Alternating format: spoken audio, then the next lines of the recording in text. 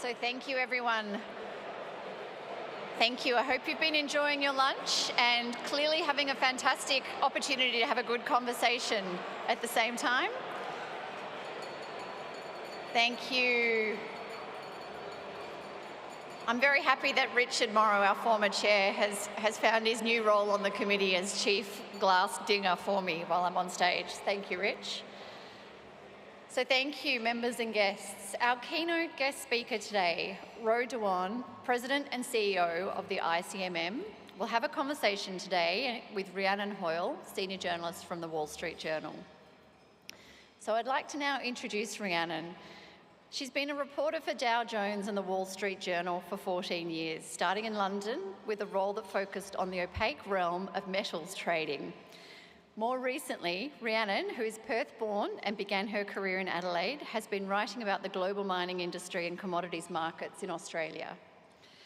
Her stories explore the way miners affect markets, communities and the environment, and in particular the role of mining in the global energy transition. Please welcome Rhiannon to the stage.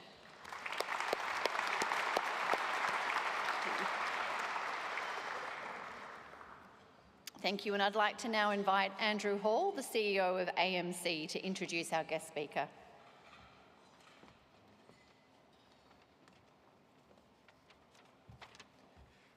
Thank you, Sally, and good afternoon, everyone.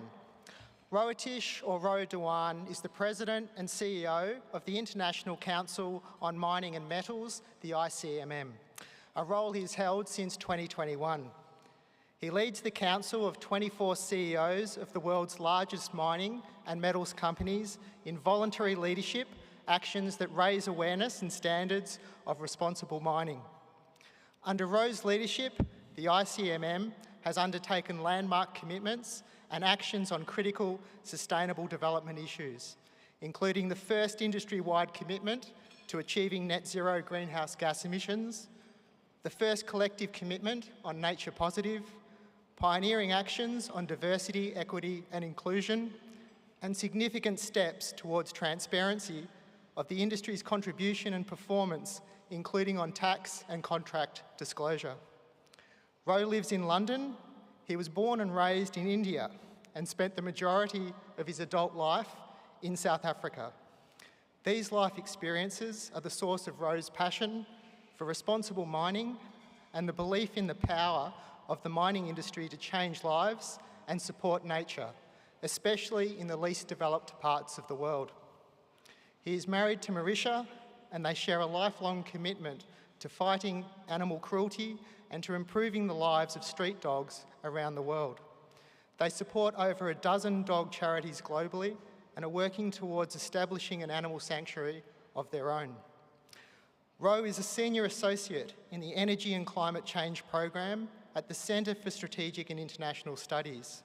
He is also a fellow and faculty member of the African Leadership Initiative and a Ricina Fellow at the Asian Forum on Global Governance.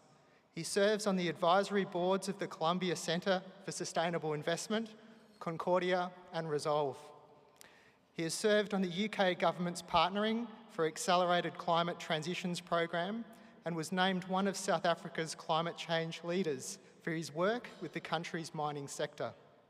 Ro is also chairman of the Becoming X Foundation, an effort in partnership with British adventurer Bear Grylls to provide hope, inspiration and skills to help young people realise their potential.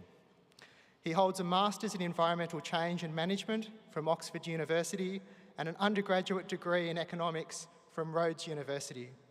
In his spare time, Ro plays village cricket in England and enjoys exercise-induced suffering, having run several marathons and ultramarathons. Members and guests, please warmly welcome Rohitesh Dhawan to the Melbourne Mining Club.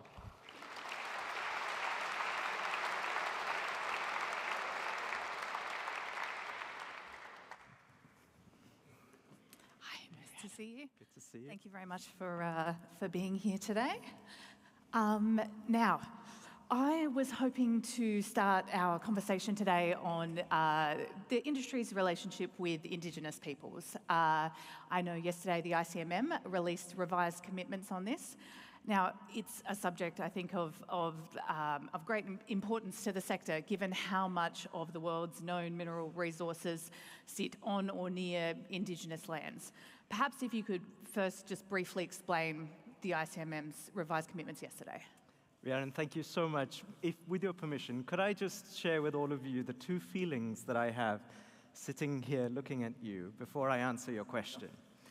The first is a feeling of deep respect. A respect for the traditional owners and custodians on whose lands we meet today, but respect also for all traditional owners and custodians of the lands on which we mine globally.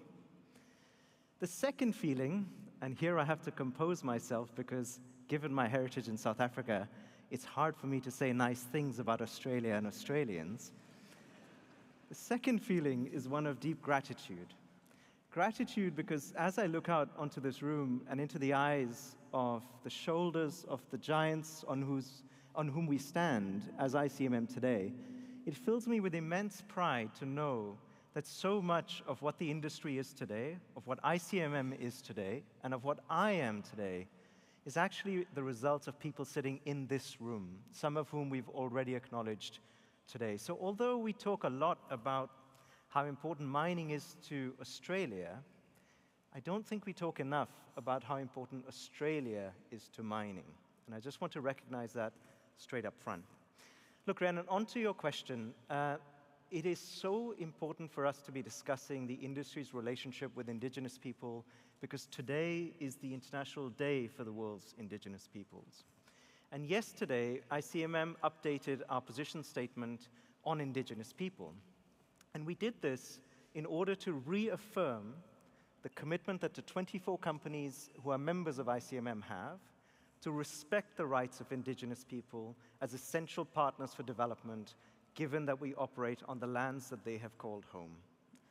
The commitment ensures that Indigenous people have the confidence that when ICMM members are dealing with them, at the heart of those dealings will be a commitment to extensive and robust human rights due diligence, and on the basis of that, a spirit of inclusive and equitable participation. So that at the end of the day, what we generate is a series of win-win outcomes that are deeply respectful of the rights, interests, traditions, knowledge, and cultures of Indigenous peoples, and for the management of resources that ensure the best common good for everybody. Now, one last thing I have to say, Rhiannon, just in my opening is, although I have the privilege of talking to you about this stuff today, and as I've said to you, you can ask me anything and nothing is off the table. However, I want to acknowledge the fact that the work leading to this was not led by me. It was led by somebody else in this room, and that's Danielle Martin, the director of ICMM's social performance team, who has developed this work over 2 years in deep consultation with Indigenous peoples' representatives and other stakeholders. Yeah. Okay, so delving into that, because this is a very real issue for the industry, and the relationship has, in many parts of the world, been fraught. And if you look at a number of examples, whether Resolution Copper or many other projects around the world that are continuing to navigate the relationship, particularly when groups are coming out and saying there are no concessions that you can give us that would make up for mining our land. How do these revised commitments change the conversation? Rhiannon, you're absolutely right to point to projects like Resolution to highlight where it is deeply challenging to reach agreement. But I would also just remind us about the many, many, many instances of positive partnerships between Indigenous peoples and the mining industry.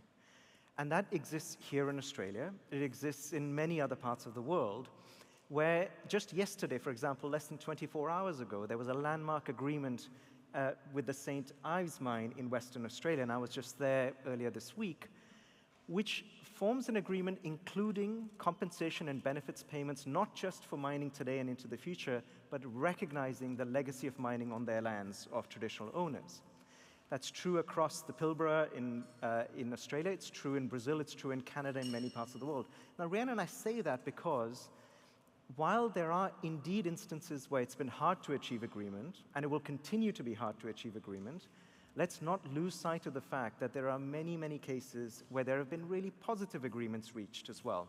Now, what our statement can do to help move projects along or to reach a successful conclusion, whether that is for the project to go ahead or for not. And we're open to any outcome.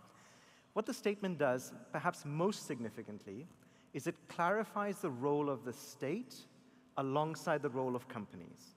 Because I think, Rhiannon, in the last few decades, and particularly in the last few years, there has been a real muddle in whose responsibility it is at different stages of the process to take certain actions. And what the statement clarifies is, independent of a state's obligation to seek and obtain the free, prior, and informed consent of Indigenous communities, ICMM members are making a commitment to obtain agreement for any anticipated impacts on the rights of Indigenous peoples. And they are two separate but related parallel processes. And so what I hope will happen as a result of this is that we gain the confidence of our Indigenous partners that with human rights due diligence at the very heart of what we do, that we are approaching this from a sense of equity, from a sense of fairness, to reach an agreement, which could mean that there are parts or wholes of projects that don't proceed. But it could also mean that they proceed on the basis of a joint agreement on how impacts will be managed. Yeah. But during this process, and please correct me if I'm wrong, there are a number of groups that want a veto right. What happens in this case if Indigenous communities don't agree, and particularly given the industry is working to rebuild its public perception? What are the risks there when you have a vocal opposition from an Indigenous community? So the starting point to think about this issue is to recognize that in most parts of the world, the natural resources under land are in the hands of the state to manage for the common good of all its citizens. Now, with that in mind, it is the state that will often have to make very tough choices about which project goes ahead, where, when, and how.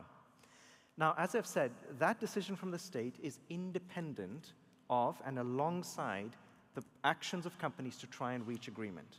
So in your situation where people are saying, well, why isn't this a right of veto? It's to recognize that the decision on whether a project goes ahead or not is the state's and the state's alone. Whether or not that permission is granted, or if that permission is granted, the obligation of the company to respect Indigenous rights and to operate in a way that ensures fairness and equity remains. And so, Rhiannon, the statement in no way suggests that only by achieving 100% unanimity with 100% of the groups should a project proceed, because that may not be practical and it may not be feasible to achieve 100% commitment. But if you have human rights due diligence at the heart of what you've done, and you can be confident that you have made every step possible to achieve agreement to minimize impact, then there may indeed be circumstances where a project does proceed without full and unanimity. Maybe the simplest way to explain it would be this. A state's authorization for a project means that mining can be done. Your ability to achieve broad consensus tells you whether it should be done. Now, that's going to differ project to project, but we have to just keep in mind that ultimately it is the state that has to make the decision on when, how, and if projects go ahead. Yeah. Now, it isn't just a tension with Indigenous communities that is creating hurdles for project development at the moment. A number of projects around the world are facing challenges with local communities more broadly than that. The industry has done arguably a good job with messaging around providing the materials that are needed for a clean energy transition. And I think in public policy circles that's been picked up quite broadly. However, that messaging still doesn't seem in many parts of the world to be resonating with local communities who are the ones who have the daily impact of a mine in their neighbourhood. Given the focus of policymakers and industry to ensure supply chains, stable supply chains, what needs to be done? Let me answer that by telling you a story. A couple of weeks ago, I had just returned from a trip and was in a taxi in London heading home from the airport. And after having discussed the weather with the taxi driver, because it's a punishable offense in the UK to start a conversation with something other than the weather, he then, of course, asked me what I did, and I said I was in the mining industry, and he said, do we still mine? And this was an electric taxi, by the way, which I didn't point out to him. So I said, yeah, well, yes, of course we mine. And I started telling him about all the applications of mining. And here's the really interesting point. His reaction was so fascinating, because he said, so we need all these minerals for the green transition. So this transition isn't green at all after all, is it? And so that was interesting, because it told me that he made the mental jump from we need mining for the energy transition, and mining is bad, therefore energy transition bad.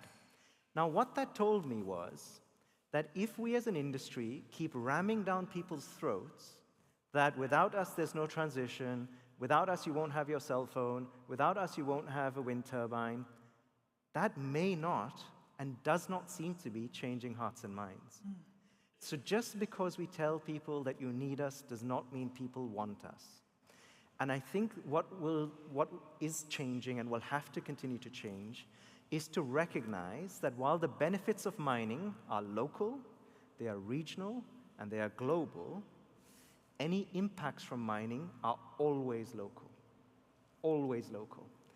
And we have sometimes, I think, given the impression that that's okay because the world benefits from the stuff we do. And we've just got to rebalance that a bit to make sure that nobody feels like they are collateral damage in the world's rush to produce these critical minerals, essential as they are. And so that means focusing as much on how we mine as what our products are used for. And that's why you'll see the focus of the global mining industry, I mean, a third of which is represented in ICMM, with the top leaders. We gather and we spend all our time focused solely on issues of sustainability, solely on what we can do to minimize our footprint and to maximize our net benefit. Because Rhiannon, that is what people expect of us. And when we make principled commitments, and we've just talked about the Indigenous people's position statement, our commitment on nature earlier this year, our commitment on diversity, equity, and inclusion prior to that, our commitments on decarbonization, our commitments on tax transparency, on contract transparency, this is starting to build a set of things that people can point to and say, aha, this industry is essential, we cannot do without it, but what I'm hearing from them is it's not going to be at all costs. That last bit is the bit that we have to continue to live through, because that is what will give communities the confidence to welcome mining in the places they call home. Yeah, and I know recently at London Indaba you mentioned as well, you mentioned all those standards, simplifying standards at the moment as being something that could be beneficial in that rebuilding trust exercise. I think just maybe for the benefit of everyone in the room who would be impacted by more simplified standards, perhaps if you can just explain how big a step change you think that could be. Look, standards hardly get anybody's hearts racing, but they are the absolute bedrock of our industry's commitment to operating responsibly. And we have this bizarre situation globally where there is a portion of the industry that follows too many standards, and as a result is bogged down in bureaucracy, cost, auditing. And then we have a very large portion of the industry that follows no standards. Isn't that strange? Too many standards for some, no standards for anybody, for many other parts of the industry. And we think that the way to resolve that is to bring a set of the existing standards together into a consolidated global standard that is not governed by the industry. Because once again, to your earlier point around trust, it's very hard to ask people to trust in a standard that is solely industry governed. And we just have to wake up and smell the coffee on that one.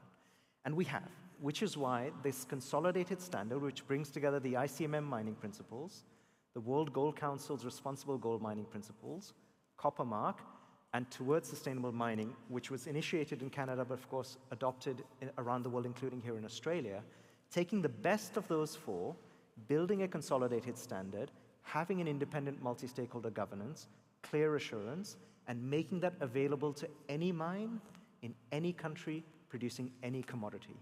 Because when that happens, we provide an on-ramp for any operator to embrace responsible mining practices. If we didn't do this, you would have people today saying, well, I'd like to be responsible, but I'm not a member of these four organizations, so I can't follow their standards. And then the other ones that I could are really expensive and complex, so you know what, I'm just not going to bother.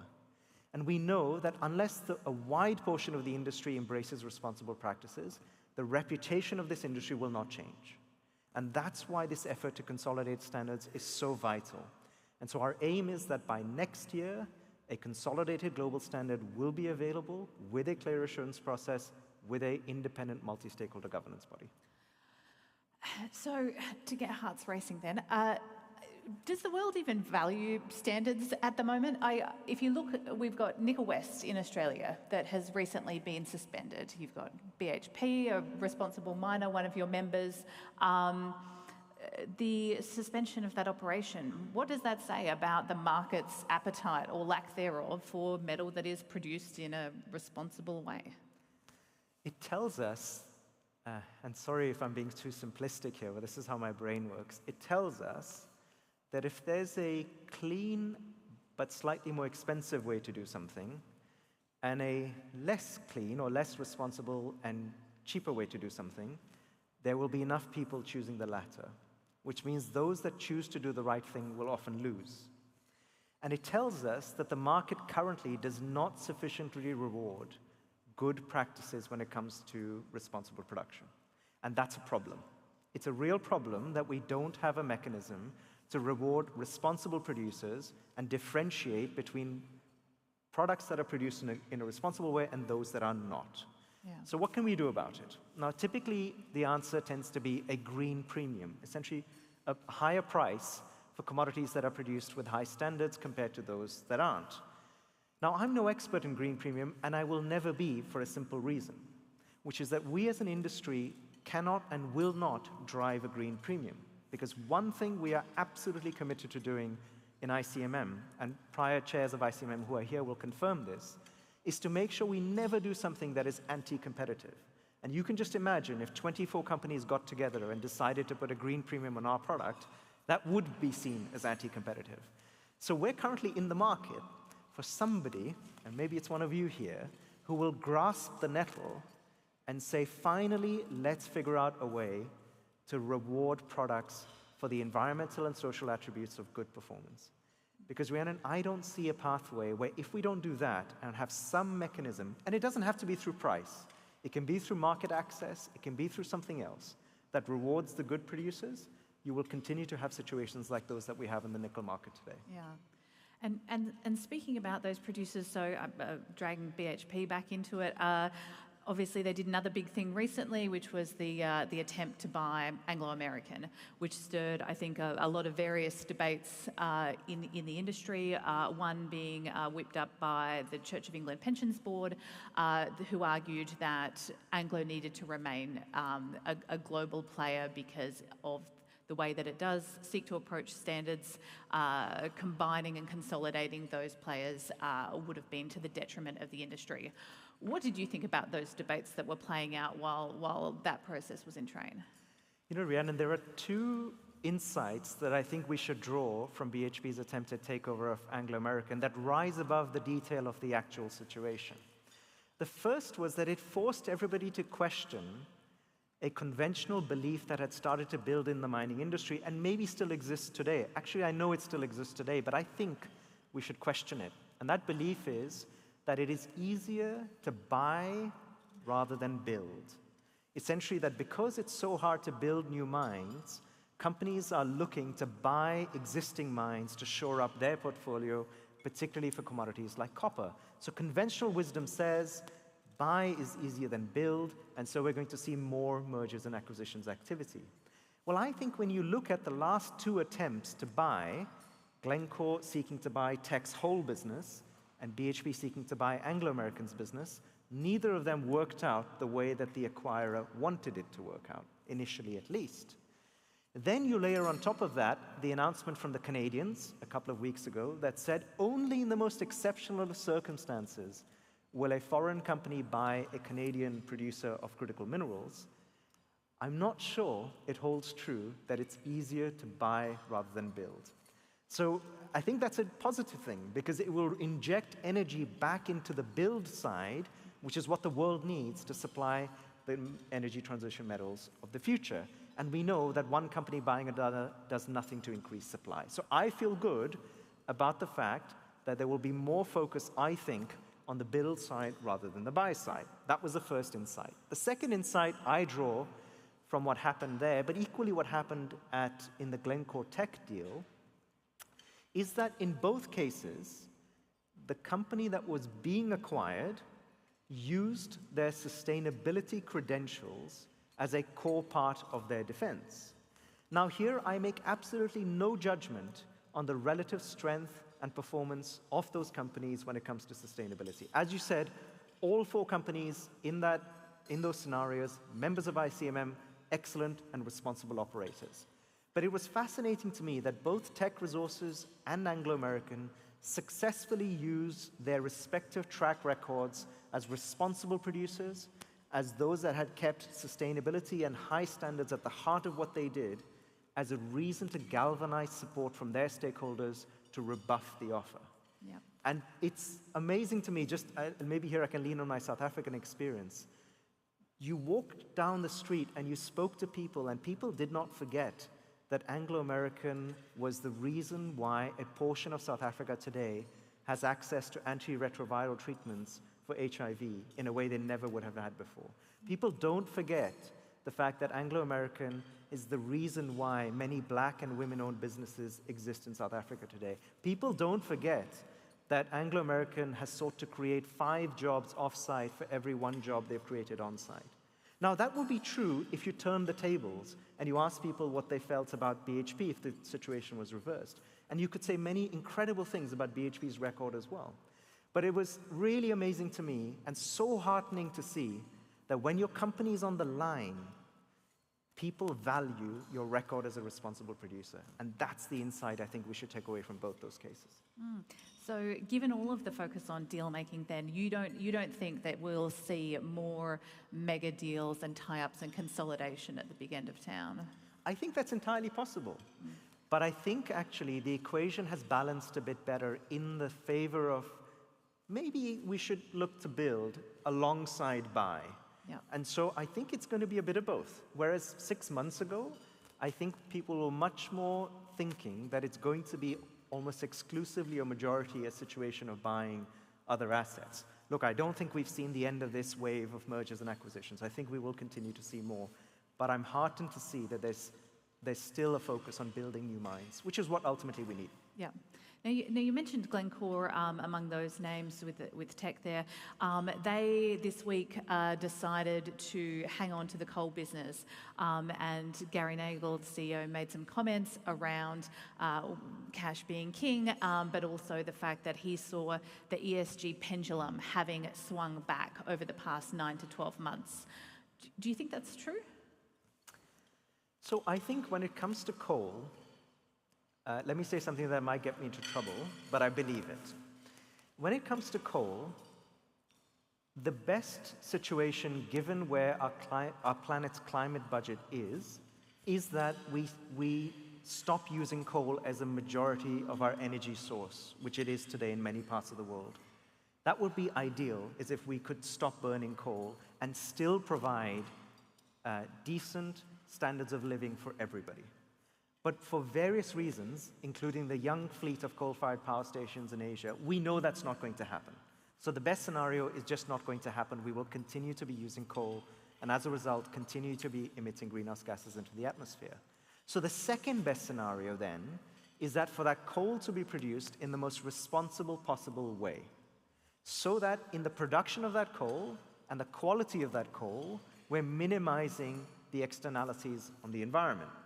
With that test in mind, I personally think it's a better thing for Glencore to hold on to those assets for the world's benefit than if those assets were to be spun out into a company that may or may not have the same level of scrutiny that Glencore is under. Now remember, Glencore as a member of ICMM is committed to our net zero commitment. They have committed to wind down their coal assets. And of course, that they are committed to every other part of responsible production that comes with being a member of ICMM. Were they to spin this business out and list it independently, there's no guarantee that that business would take on the same commitments. And I have it on good record from climate scientists that if the quantity of coal that is being produced by Glencore, given the quality of coal they produce, were to be produced by a producer say in Indonesia, we would end up with somewhere between 50 to 100% extra CO2 because of the differing quality of coal. And on that basis alone, I think we have to agree that it is better to have that coal produced in a company like Glencore that has taken on all these extra commitments than if it was to be spun out. Yeah. And his comment specifically about the ESG pendulum having swung back, I mean, there's obviously diverse views within the investor community. There are certainly some that back decarb and other ESG commitments, but there's also a large cohort where it's apathy at best, and some that raise concerns about the spending that is going into the likes of decarb.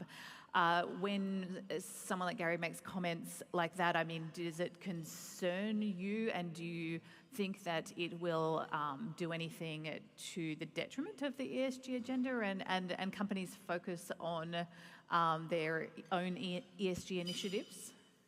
Look, I think what Gary was reflecting is a sense that we can all feel from the investment community, from the corporate community, that maybe we should be paring back the ambition when it comes to what I suppose is as you refer to as ESG, but you might call broader sustainable development thinking. Now, I acknowledge that that is happening, and I think it's inevitable that as you are trying to change the structure of our economy, the absolute wiring, the nuts and bolts, it will not be a smooth line. This will be a bumpy ride, no question. And I think we're going through one of those bumps right now. Maybe the best example of that is the adoption of electric vehicles. Those who thought it was going to be a smooth upward curve, we've now seen that maybe it's not. But make no mistake, the long-term direction and trajectory is absolutely clear, and it has not been changed by anything that's happened in the short term, which is that we are absolutely heading to a world where we have to achieve net zero greenhouse gas emissions, where we have to halt and reverse the loss of nature, where we have to do something about the gross inequality facing the world, where we have to provide decent lives, healthcare, housing for people in many parts of the world where it doesn't currently exist. And that may not be a smooth journey, but I would not say that the ESG pendulum has swung, because the commitment that many still have remains very strong, and that will continue to direct the majority of what we do. Now, at the margins, yes, there may be some changes and adjustments, but I would not confuse a short-term kind of aberration for the long-term trend. Just one small example of that, Rhiannon, I would say is, since 2014, ICMM and our members have had a firm commitment to support carbon pricing, because having a price on carbon is an essential part of the world's decarbonization. Now, over that period of time, public support and political support for carbon pricing has gone up and down. But our commitment to carbon pricing has stayed the same. And so that unshakable commitment to doing the right thing is only a commitment if you're not a weather vane that shifts according to the political winds and the way they're blowing. And we are entirely committed still to that direction of travel. What about, I'm going to change gears a little bit to tailings, still of the same vein, but you talk about doing the right thing, and I know that the situation around tailings is probably going to be thrust back on the public agenda with the Samarco BHP Vale trial due to start in London in October.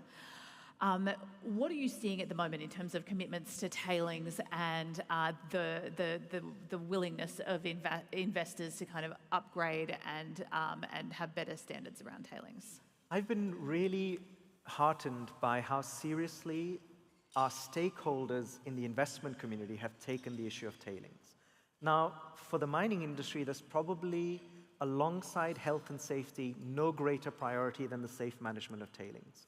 Because of the disaster at Brumadinho, the tragedy that occurred in 2019, where 272 lives were lost when that dam collapsed, that was a fundamental turning point for this industry's focus on tailings management. And since then, the progress has been extraordinary, where all ICMM members have committed to applying the global industry standard on tailings management. We've had the first round of disclosures last year, next round of disclosures coming next year, and we're in the process of creating a global tailings management institute. Now, what I've been heartened by is that by market cap, over half of the mining industry has committed to apply the global industry standard on tailings management or something equivalent. And a lot of that has been driven by investors asking for it. So it's really encouraging to me that the investment community, convened by the Principles for Responsible Investment, and here I also need to acknowledge the leadership of the Church of England Pensions Board, has got the investment community behind this issue, recognizing that it's a core issue that they should be engaging their companies on. And so, Rhiannon, it is very often that the investor is the one that is saying to the company, I want you to adopt the global industry standard. What are you doing about it? And I'm going to support you in the investments you're making around tailings management. Now, I know that we are running out of time, but before I throw open to questions, I did want to touch on biodiversity. You mentioned Nature Positive, and we do have the first Global Nature Positive Summit coming to Australia shortly. But it is an area that I think is often vague and misunderstood at best. We're having a lot of controversy in Australia at the moment with environmental reforms that the government has been pursuing, and speaking to policymakers through industry, through NGOs, there seems to be different views on what even nature positive should look like. I know that, as you mentioned, in January you had commitments out there yourself, but I'm curious how the industry sort of approaches and advances a biodiversity agenda without either setting unrealistic goals or being accused of greenwashing. Look, Rhiannon, I hope I have a record of acknowledging where our industry has fallen short. I hope I've been honest with everybody on the issues where we don't have our stuff together, where we have a lot to go. So if I have that permission, can I just say that on an issue like nature, I am really proud of the long-standing, decades-long engagement and commitment and leadership that the most responsible miners have shown on this issue of nature.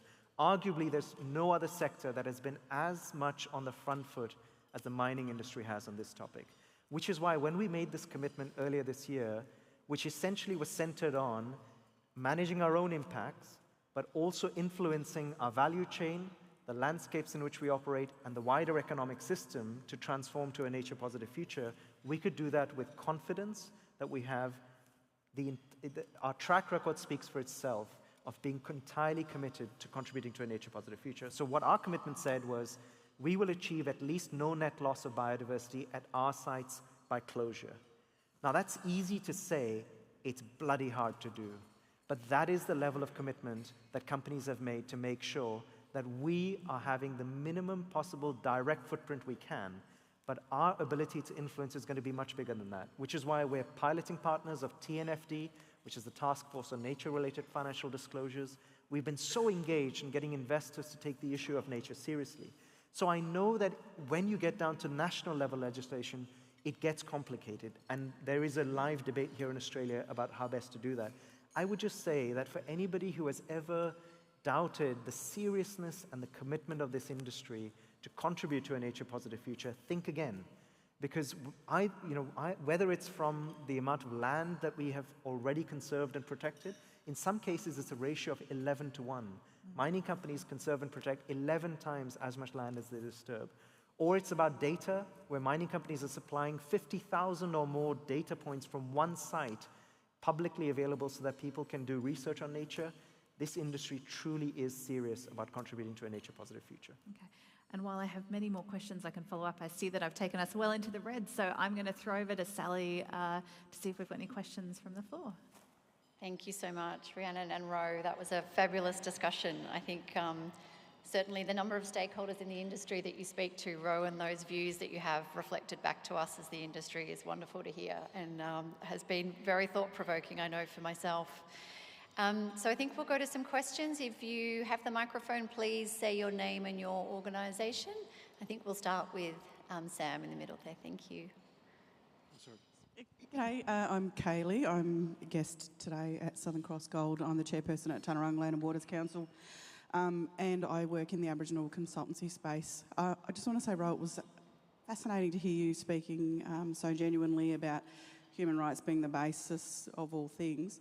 One of the key issues that I see with mining is, it's often about resource extraction, and there are industries that crop up around mining that then drop away as a mine's life cycle, closes.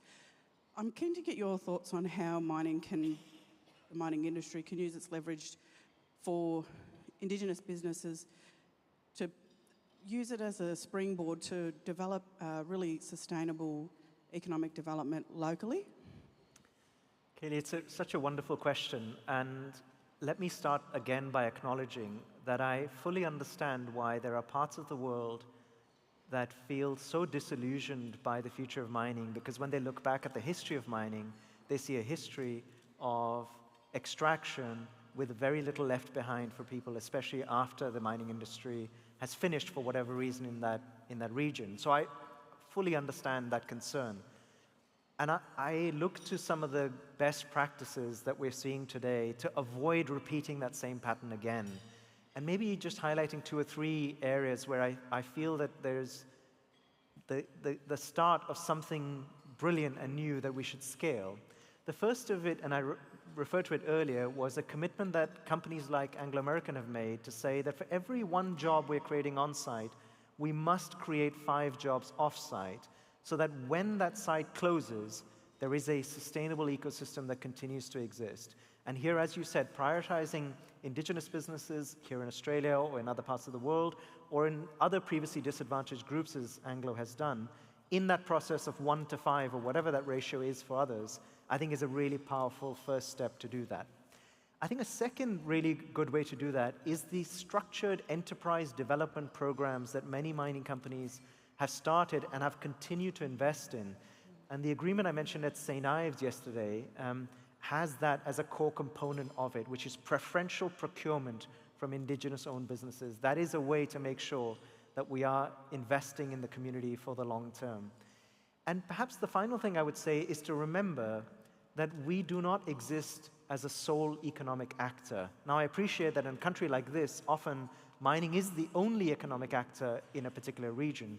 But where I come from, in other parts of the world, actually we're part of a landscape, we're part of a region. And if we teamed up with agriculture and manufacturing, which are the other 2 businesses that often exist close to us, we could achieve something much greater than anything we could do on our own. So it's called regional economic development as a theory, but the idea just being, can we not just work together to figure out a way to make sure that this community continues to thrive long after we're gone? Thank you. We have a question over there with Richard. Yes, Adrian Prendergast from Morgans Financial. Thank you for the very interesting discussion today. My question is just on, this week we've seen a big change in strategy from a global miner, with Glencore deciding to retain its coal operations, amongst other reasons, citing a shift in investor sentiment or approach and views towards environmental and ESG. How are you seeing that across that sort of shift in view across broader stakeholders globally and the industry? Is this an isolated change in strategy, or do you think it's a shift in trend? Adrian, I would say, I think in Glencore's case, it's fairly idiosyncratic because Glencore has such a big coal business alongside such a big base metals exposure as well. And I think the issue it's maybe highlighting, yes, one issue is, are investors and companies serious about ESG or not? And we've talked about that now, and I think you can be a coal producer and be very serious about ESG. I don't think the two are opposite to each other. And sometimes we frame it that way. We sometimes frame it as, well, if you have coal in your portfolio, you're not committed to ESG. I don't think that's right for the reasons I've already mentioned. But the other interesting thing that I think the Glencore strategy suggests to us is, again, there was a conventional wisdom that diversified miners would trade at a discount to their commodity-specific peers. And copper is often used as the commodity to show that when you have pure-play copper producers, like Antofagasta or Freeport or others, that they trade at higher multiples to the diversified miners. But actually you have a situation where Glencore is a diversified miner with exposure to copper, with exposure to coal, and continues to have very healthy, of course, financial, not just returns, but also financial ratings. And so I think what Glencore is perhaps doing, it's turning on its head the idea that you can't be a diversified miner and still be successful in the markets. I think Glencore is showing that it is possible to do that. So what I think we'll see is there will be a continuation of both types of strategies. You will have diversified miners and they will be successful, and you will have miners that are committed to a small number of commodities or a slimmer portfolio, and they'll be successful too. So I think the best lesson to take from this is that there is still the opportunity for those miners who want to have a diversified portfolio to be successful. And I think that's a really good thing, given the exposure that this country, but generally the mining industry has, to these large diversified miners. If the pendulum had swung to the level where it said you can only be single commodity for reasons we all, I think, understand, I'm not sure that would be the best thing for the long-term interests of the industry. I think we've just got time for one more question, and it's coming from our student table, from Hedley, who's looking after the students. Hedley Widdop from Lion Selection Group and also from the steering committee of the Melbourne Mining Club. It was a wonderful talk, and with the benefit of the projection, I was admiring your socks as well. Thank you very much for dressing up for us. You started off talking about how around the world states tend to control whether or not mining could take place, and then discussed the potential of a green premium for some commodities, which would be much more of a market mechanism for rewarding a company for doing the right thing, sustainability, environmental or otherwise. And I just wonder whether that implies that the market would need to do something that perhaps the state is not prepared to do.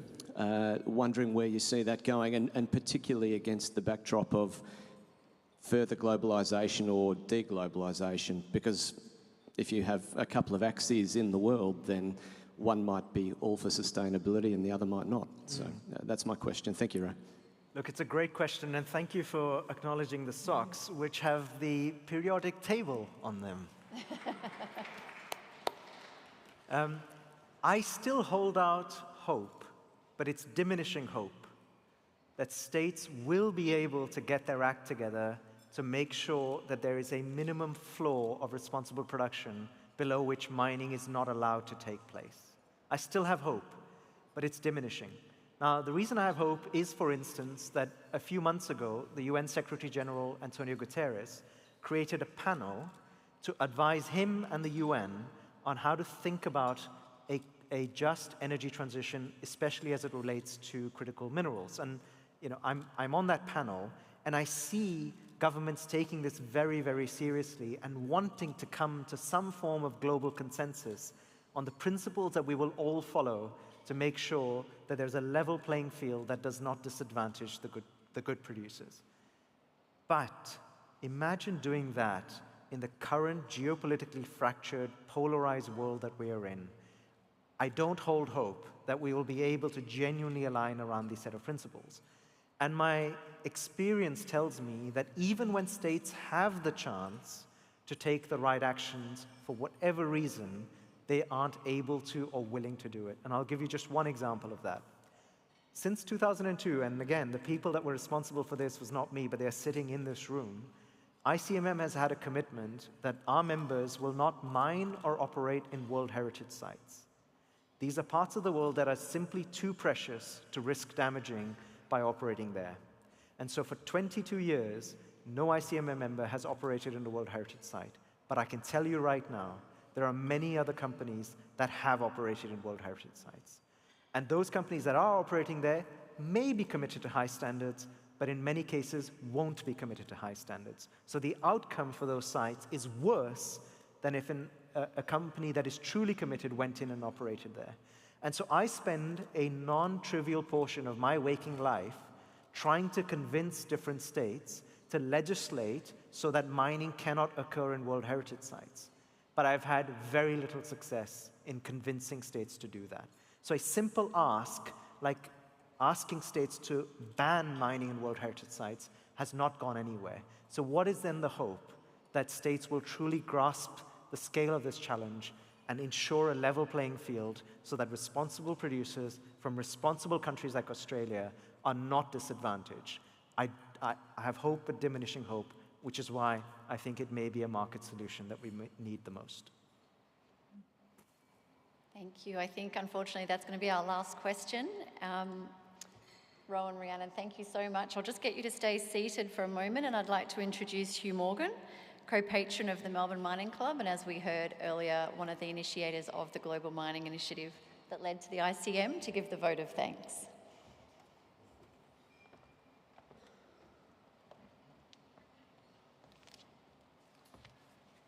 Thank you, Sally. The formation of the IMM was really based on 3 criteria. The first one was to encourage collegiality, to ensure that serious items were dealt not in a competitive manner, but that they could be organised in a manner that reflected the second one, which is to ensure that long-term issues and their frameworks were handled appropriately, particularly at the political level, whether it was formal or the informal level. And to ensure that the local areas, the mining councils of the various areas, likewise felt comfortable about the activities of the international group. And the third was that the council should be made up of CEOs only, people who could actually do things and make commitments if they were necessary. And prior to basically around 2000, quite frankly, the group didn't cut it. But the formation of MMM has really been hugely successful. And you can see that the quality of the people that have been selected to ensure that this would be carried out at the executive level have been illustrated to you today. So I think with Ro, you've seen an extraordinary example of somebody who's got a grasp of both local and international challenges that we have with a sense of vision about where it should also be going. And collectively, this is exactly the sort of leadership that is required if the industry is to ensure not only a better life for itself and for its stakeholders, but also for the communities that it serves and the products that it produces. So with that, I'm not going to try and recount the issues that Rose addressed today. All I can say is that we're very lucky to have you not only here, but in your position as running the ICMM. Thank you very much, and join with me in expressing our congratulations. Thank you. Ro, you've got to come here.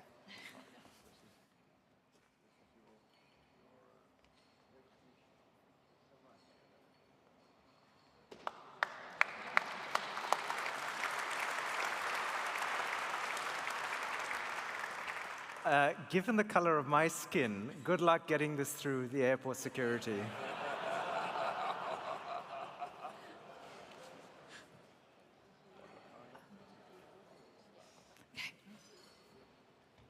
Thank you so much. Rhiannon and Rove, you'd like to take your seats again at the table. It's wonderful. Thank you so much, and thank you, Hugh, for the vote of thanks as well.